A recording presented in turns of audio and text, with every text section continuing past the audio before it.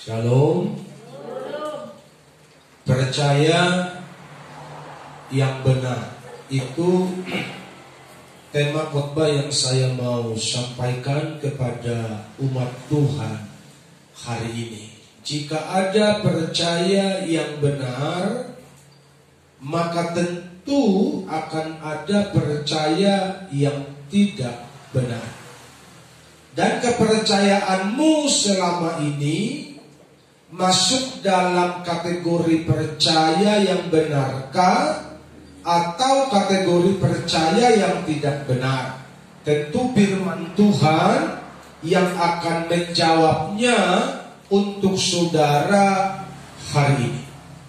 Saya beritahu kepada umat Tuhan, biar ini menjadi pencerahan buat kita, karena kita masuk dalam golongan orang percaya yang kadang bahkan sering tidak percaya. Karena orang percaya itu bukan hanya pada pengakuan mulut aku percaya, tapi kepercayaanmu akan dilihat dari sikap hidupmu ketika engkau sedang mengalami persoalan. Yang setuju katakan amin. Kalau di gereja dengar khotbah, kita berkata amin, aku percaya. Dengar baik-baik, semua orang mudah mengatakannya. Tapi ketika engkau sedang terjepit, engkau teraniaya karena kebenaran, engkau ditindih dengan persoalan-persoalan yang berat, pada waktu itu engkau tetap percaya dan pilih kebenaran, bukan pilih dunia. Itu baru disebut orang percaya. Haleluya. Mari kita cek hari ini, percaya macam mana yang kita punya. Percaya macam mana kita sekarang ini. Kita lihat firman Tuhan. Yohanes pasalnya yang keempat, ayat 46.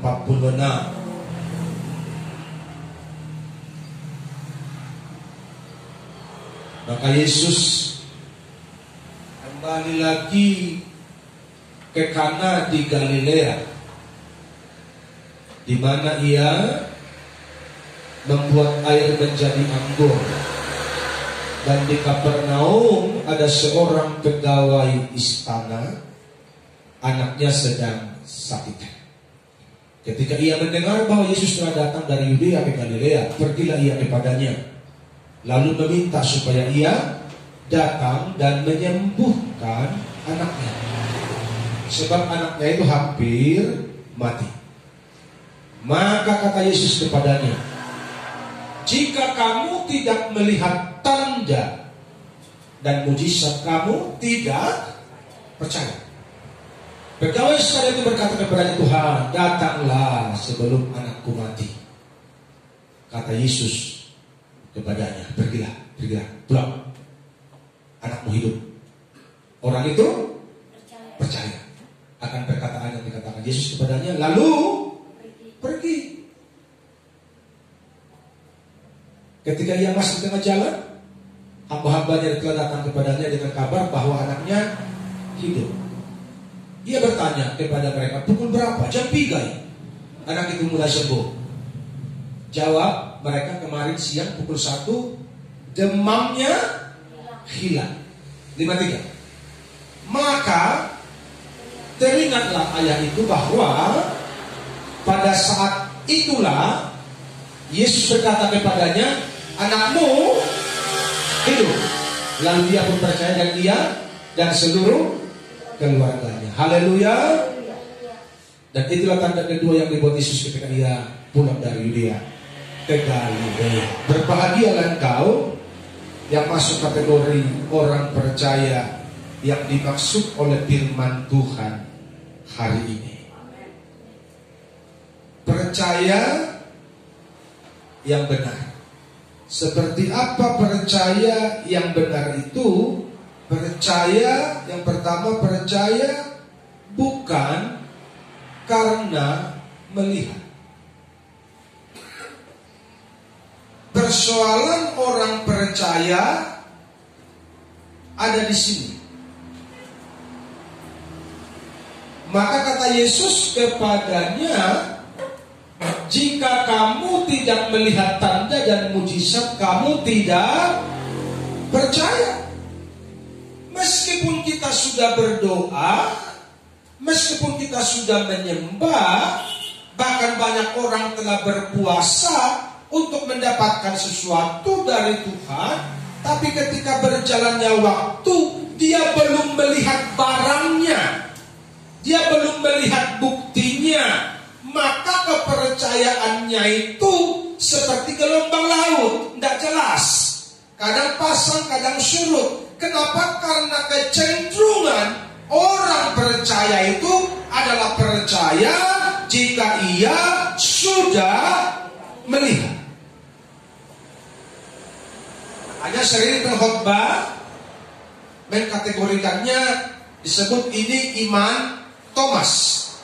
Karena Thomas bilang begini, kalau belum kulihat lubang paku itu, kalau belum kucucukkan tanganku ini ke lambungnya lubang paku itu, aku tidak akan percaya. Ini problem gereja Tuhan. Mengapa kita tidak bisa naik ke level yang lebih tinggi, ke dimensi yang lebih dewasa?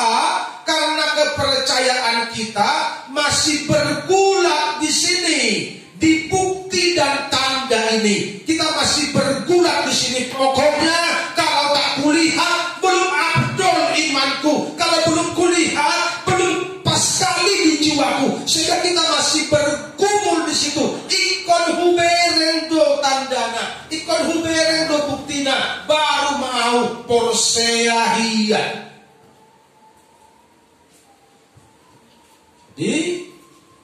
Disinilah terus berkutat iman kita ini.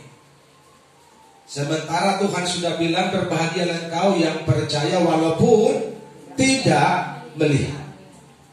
Haleluya. Jadi kita percaya kalau sudah melihat. Kita semangat kalau sudah melihat. Dan roh inilah yang merasuki gereja Tuhan. Makanya banyak orang percaya itu ke gereja kalau banyak uang. Yang pegawai negeri ke gereja kalau lagi tanggal muda. Kenapa? Karena semangat pengiringannya dipengaruhi oleh keadaan.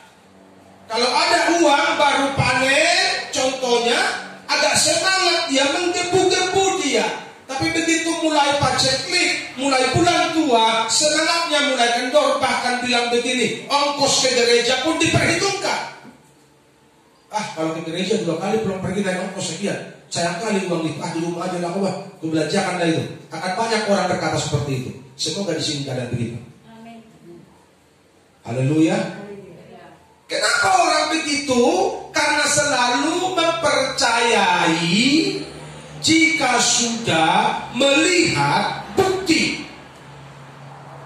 Dan tahu saudara, itulah iman orang dunia. Itulah masalah. Itulah iman orang dunia yang ada di luar sana. Iman kebanyakan orang di luar sana, saya sebut iman orang dunia, karena mereka pasti percaya kalau mereka melihat tanda. Kalau tidak ada tanda, mereka bilang, lu mau ngomong doang. Ngomong aja, kau mana buktinya? Mana buktinya? Sementara yang bertuhan ini bukan begitu. Lu tidak perlu bukti, lu percaya aja. Haleluya. Enggak usah lihat bukti, jangan tanya bukti, percaya aja. Haleluya. Siapa yang kasih bukti? Tuhan yang kasih bukti sama kamu tepat pada waktunya. Kalau dilihat engkau percaya. Ketika Thomas bilang begini, aku udah percaya sebelum kulihat, sebelum kucucukkan tanganku. Pada waktu dia bilang begitu, Tuhan gak langsung datang. Tapi Tuhan tahu gak Thomas bilang begitu? Begitu pertemuan kedua, mereka lagi makan, lagi di satu rumah, kunci pintu rapat-rapat karena mereka takut kepada ahli-ahli agama. Tiba-tiba Tuhan datang dan sejahtera bagi. Dia bilang sama Thomas, Thomas, kau kan kemarin bilang kau tidak percaya kalau kau belum kusuk. Kusuk Anda. Padahal tidak ada yang beritahu itu kepada Tuhan. Tapi karena Tuhan Maha Tahu, perkataan Thomas itu dipegang. Betul apa salah? Saudara pernah baca Alkitab? Pernah baca kisah itu? Kan betul begitu. Apa kata Tuhan sama Thomas? Thomas, cucukkanlah tanganmu ke lambungku ini. Kan begitu. Terus Thomas bilang gini, Tuhan, aku percaya. Tuhan bilang, kau percaya karena kau telah melihat. Berbahagialah orang yang percaya walaupun tidak melihat. Haleluya. Jadi yang membuktikan kuasa, keajaiban, kesembuhan itu adalah Tuhan kepada saudara tepat pada waktunya kalau engkau dilihat pantas untuk ditolong. Kalau engkau dilihat pantas untuk dibela. Dan saya beritahu kepada saudara, Alkitab bilang orang yang mendua hati tidak akan mendapatkan apa-apa. Setuju katakan amin. Siapa orang yang mendua hati itu akan tidak mendua hati, Pak? Kalau lu kurang percaya memang. Tanda yang kau mendua hati. Dan setuju katakan amin.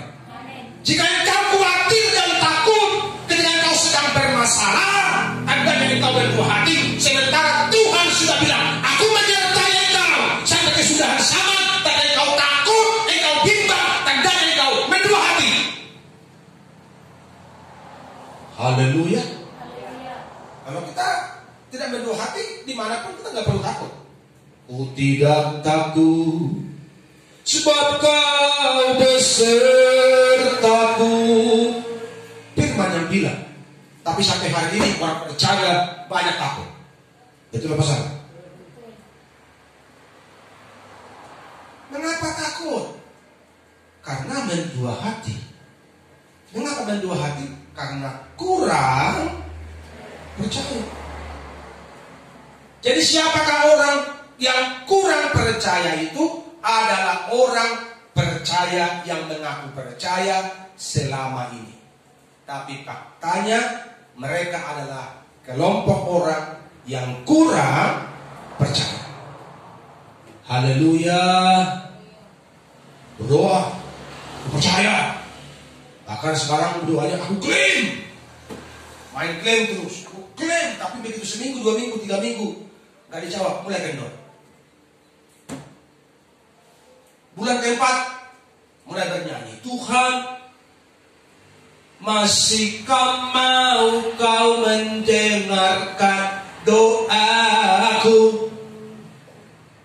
Lu kalau banyak dosa Tuhan gak dengar doamu. Yang setuju katakan amin. Bagaimana supaya Tuhan dengar doa kita? Mari hidup dalam kebenaran, sungguh-sungguh dengan Tuhan. Tidak usah kau doa. Kalau engkau sungguh-sungguh kepada Tuhan, Tuhan tahu jeritan hatimu. Sebelum engkau minta, Tuhan sudah tahu. Tapi kalau ada dosa, lu teriak-teriak deh siang malam. Teriak-teriak siang malam. Tuhan bilang, gua gak demen dengan suara lu. Suara lu gak suka gua karena Tuhan. Kenapa? Karena lu banyak dosa, lu kompromi, masa bodoh dengan pergumulan lu. Tapi ketika engkau benar dalam pandangan Tuhan. Dalam Alkitab, di kitab Yohanes, ketika Lazarus mati, Tuhan sengaja menunda waktu sampai 4 hari. Dan setelah 4 hari dia datang, jumpa sama Marta. Marta ngomong banyak di situ, di dalam Yohanes pasal 5. Marta ngomong banyak dengan Tuhan, tidak ada nggak matching ngomongnya, karena Tuhan bicara tentang kehidupan hari ini. Marta selalu bicara kehidupan tentang hidup yang kekal, karena bagi Marta nggak mungkin Lazarus bisa bangkit kembali. Tapi ketika Maria datang, ketika Marta bisikan, guru datang. Begitu Maria datang menjumpai Tuhan, Maria tidak banyak ngomong. Melihat tangisannya Maria aja, Tuhan Yesus langsung menangis. Maka maskullah hati Tuhan. Kalau engkau benar di hadapan Tuhan, Tuhan gak tega lihat kau menderita. Haleluya. Kalau engkau berkenan di hadapan Tuhan, Tuhan gak tega lihat lu susah.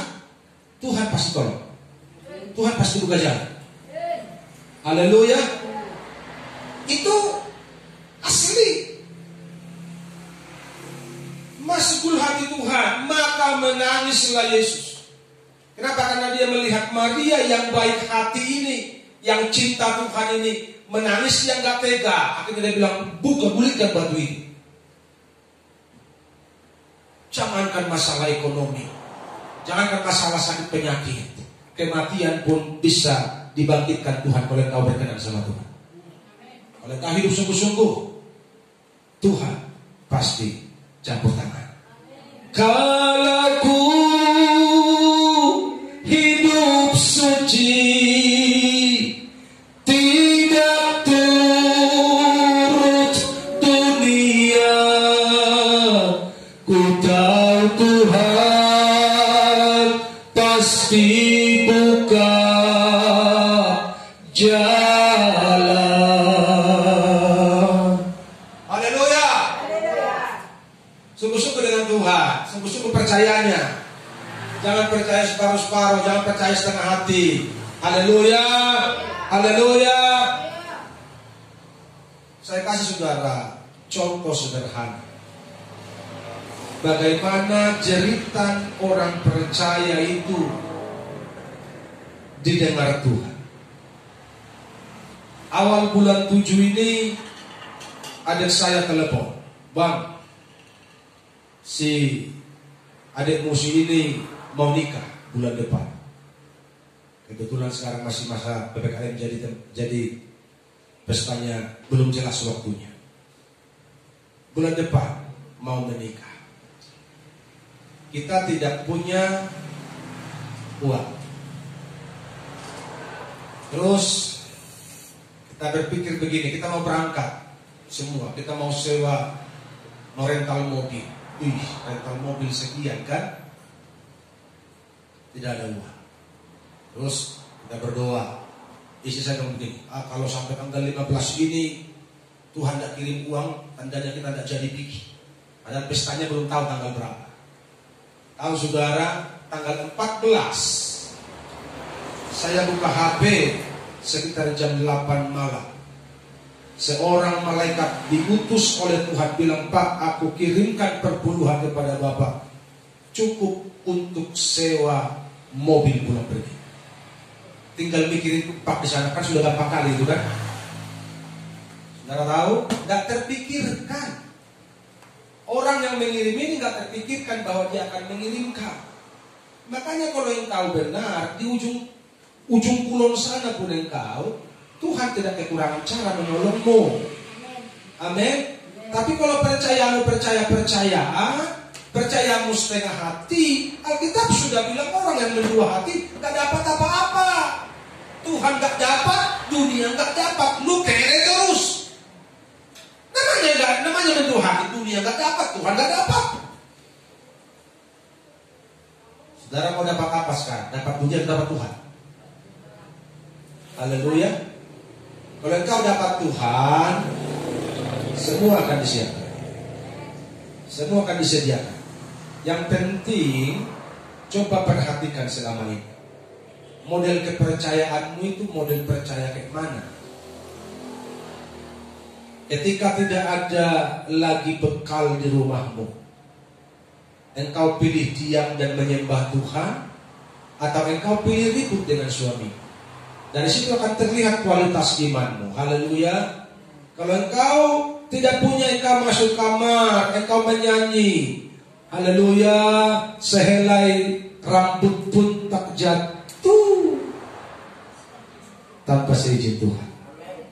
Amin. Haleluya. Kalau engkau menyanyi menyembah Tuhan, engkau ingat ayat ini. Tidak ada yang kebetulan, burung di udara dipelihara, bunga bakung di padang dia hiasi. Saya percaya tidak ada uang sekalipun, kita tidak perlu khawatir, sebab Tuhan tahu apa yang akan diperbuatnya bagimu. Haleluya. Tangan Tuhan tidak kurang panjang, bro. Pengharapanmu yang pendek. Betul apa salah? Tangan Tuhan bukan kurang panjang, imanmu yang pendek.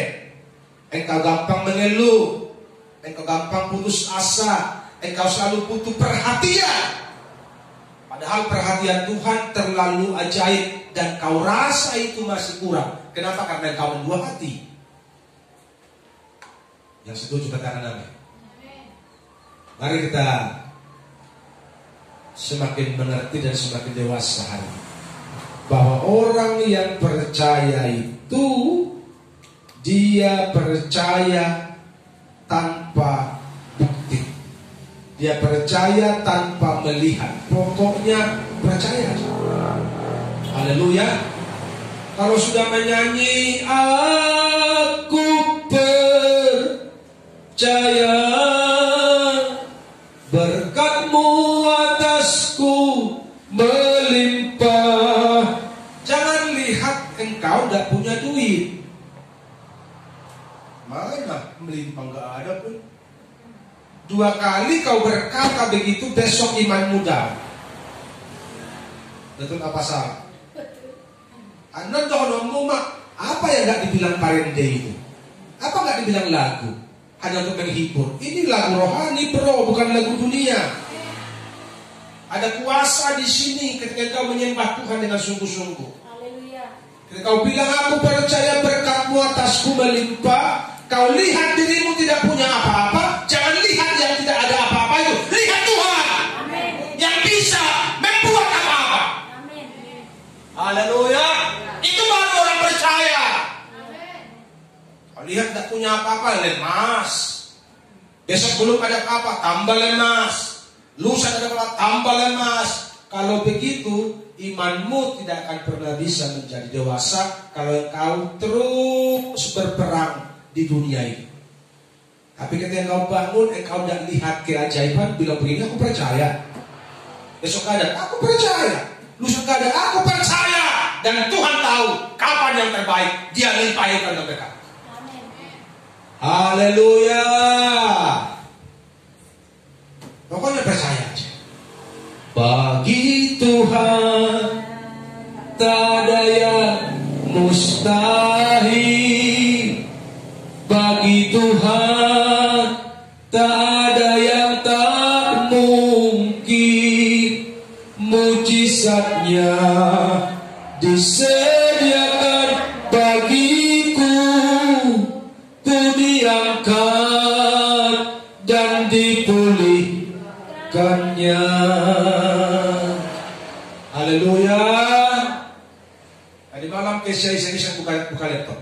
Ternyata di situ ada video yang dibuat sama Roy waktu itu tentang proses berdirinya gereja ini. Ketika saya lihat, tahu saudara, bulan 3 kita ngontrak di depan kantor polisi dengan bayar 3 bulan karena tidak ada uang. Itu uang pribadi saya yang Tuhan kasih tentunya. 3 bulan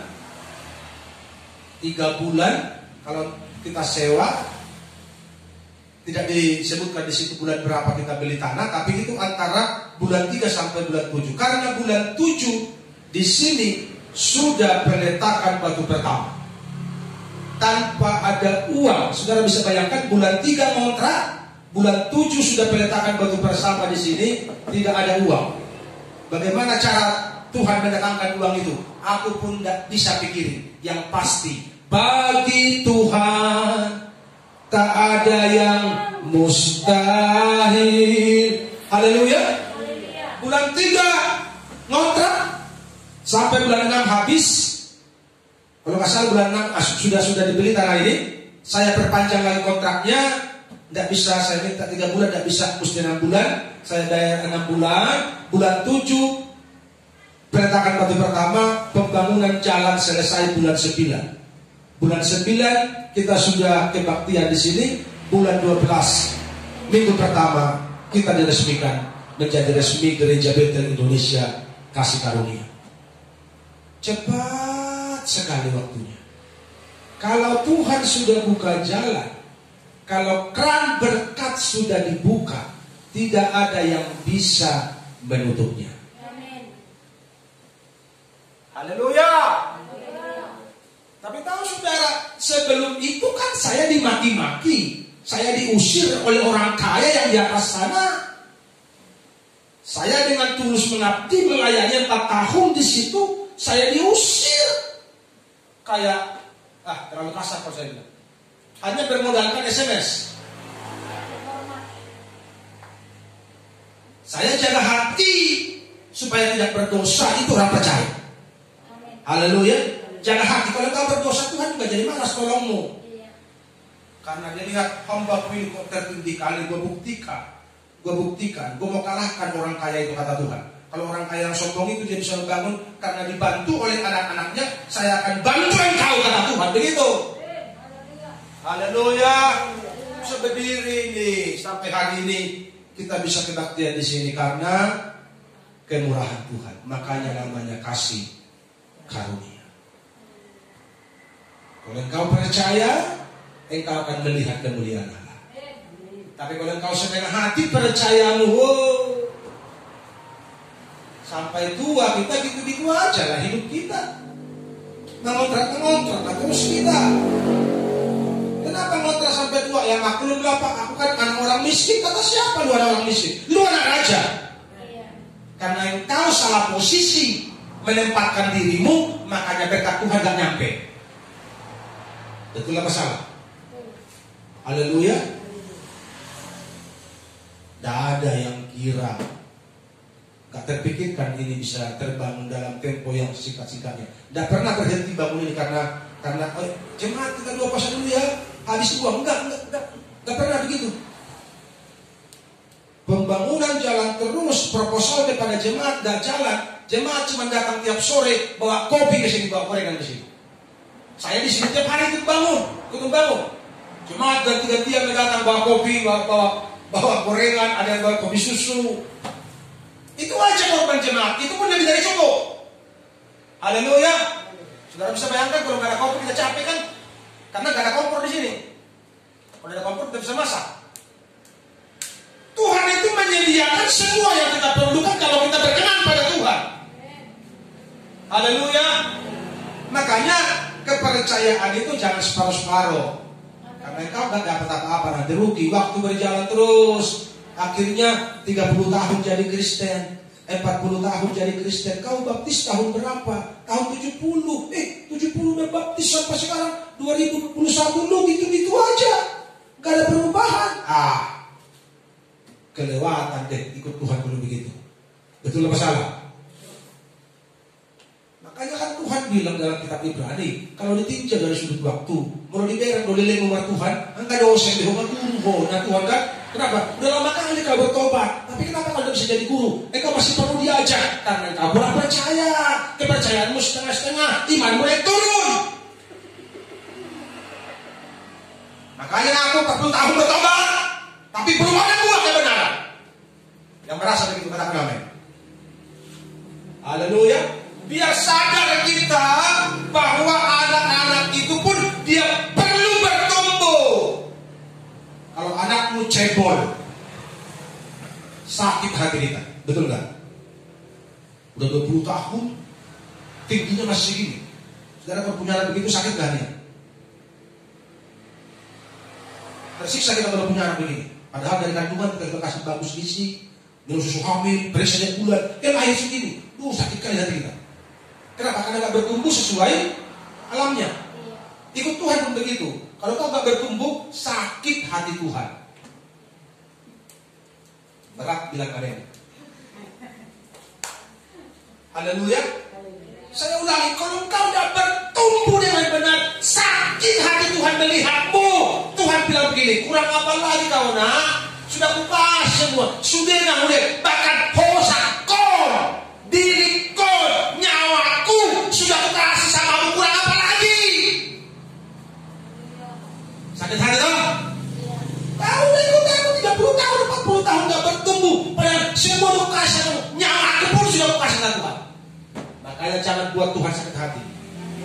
Jangan buat Tuhan berduka. Cintailah dia dengan sungguh-sungguh. Haleluya. Yang kedua, percaya pada perkataan Tuhan. Kata Yesus kepadanya, pergilah, anakmu hidup. Orang itu percaya akan perkataan yang dikatakan Yesus, lalu kepadanya lalu pergi. Coba saudara bayangkan, Tuhan begini, udah pulang kau, anakmu gak mati, sehat. Kalau dia ada di sini, kita akan bilang begini, tapi mampirlah, tapi doakanlah, tapi tumpang tanganlah. Udah, pulanglah, anak mau sembuh. Kita masih diam sini, tungguin terus. Tungguin. Pokoknya kayak patung lah, orang bilang. Terus Tuhan bilang ini, bos yang udah kok. Nah udah kok Tuhan kan, sudah aku bilang sama kau, pulanglah kau, anak mau sehat. Ikutlah Tuhan sama aku.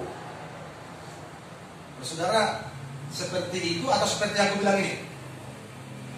Kalau saudara jadi orang tuanya, saudara ikuti kata Tuhan atau seperti saya ini? Tuhan ikutlah, janganlah gak ikut. Enggak afdol jiwaku, kurang yakin aku kalau Tuhan gak ikut. Saudara pilih mana? Hah?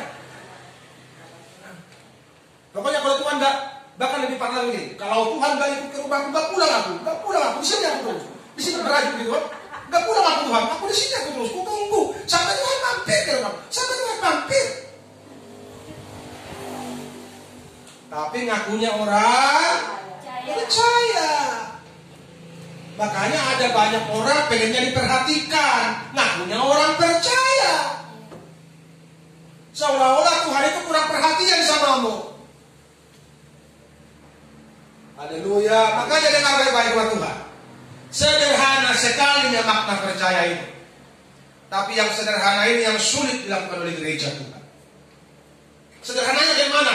Apa yang difirmankan Tuhan kita terima dan percaya.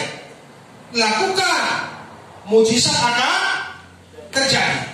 Ketika Tuhan bicara sama orang tua ini, pergilah, anakmu hidup. Bagaimana cara orang ini melakukan? Dia percaya, cara melakukannya dia pulang. Dia pulang, dia melangkah. Di tengah jalan, apa saudara pikir nggak ada pencobaan?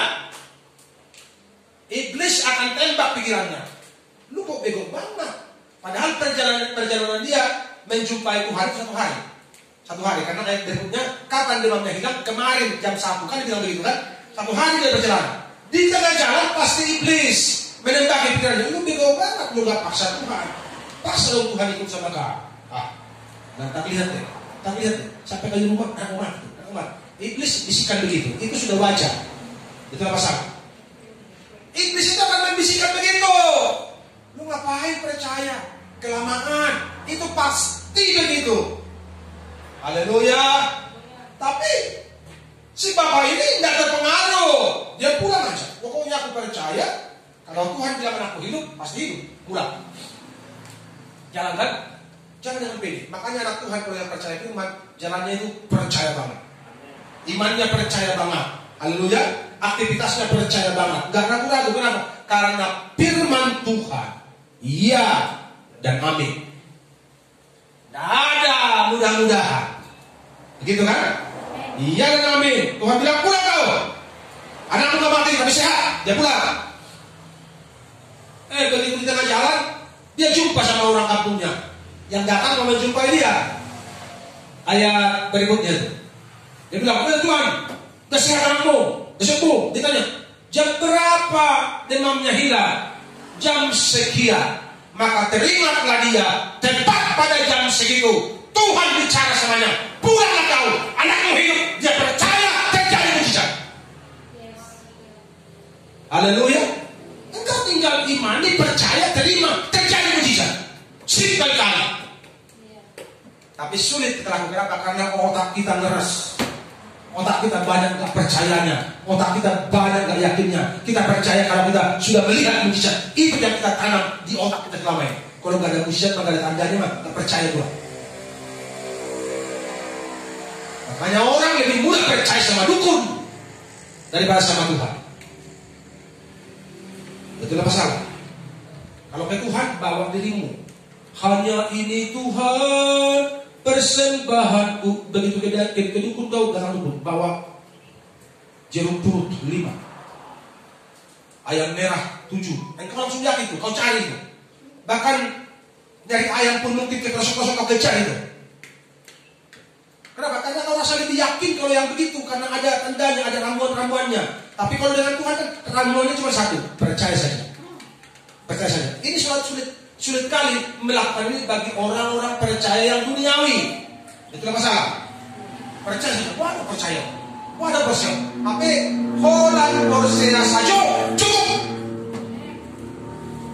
Tapi sepertinya lakuinnya berkali buat kita. Tapi Alkitab memberi contoh kepada kita hari ini. Seorang orang tua ini yang ketika anaknya sakit, dalam ayatnya yang ke-51 saya baca betul. Ayat 51.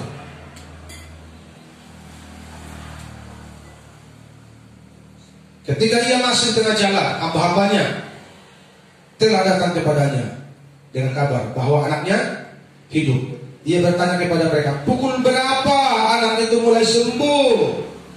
Jawab mereka, kemarin siang pukul 1 demamnya hilang. Maka teringatlah ayah itu bahwa pada saat itulah Yesus berkata kepadanya, anakmu hidup. Lalu ia pun percaya. Jadi ketika Tuhan bilang anakmu hidup, dia bilang mana mungkin, gak jadi mujizat. Kan? Pulanglah anakmu hidup. Gak percaya aku. Tuhan harus tumpang tangan baru percaya aku. Tidak terjadi mujizat. Tapi ketika Tuhan bilang pulanglah anakmu hidup, dia bilang amin. Dia langsung pulang. Lalu coba Tuhan kenapa? Dia pulang ke rumahnya pengen melihat betul-betul anaknya hidup. Dan ternyata benar anaknya hidup karena dia percaya. Amin. Jemaat Tuhan, percayalah. Bukan karena kau telah melihat, tapi percayalah pada perkataan Tuhan. Maka apa yang dikatakan Tuhan akan terjadi bagimu. Haleluya.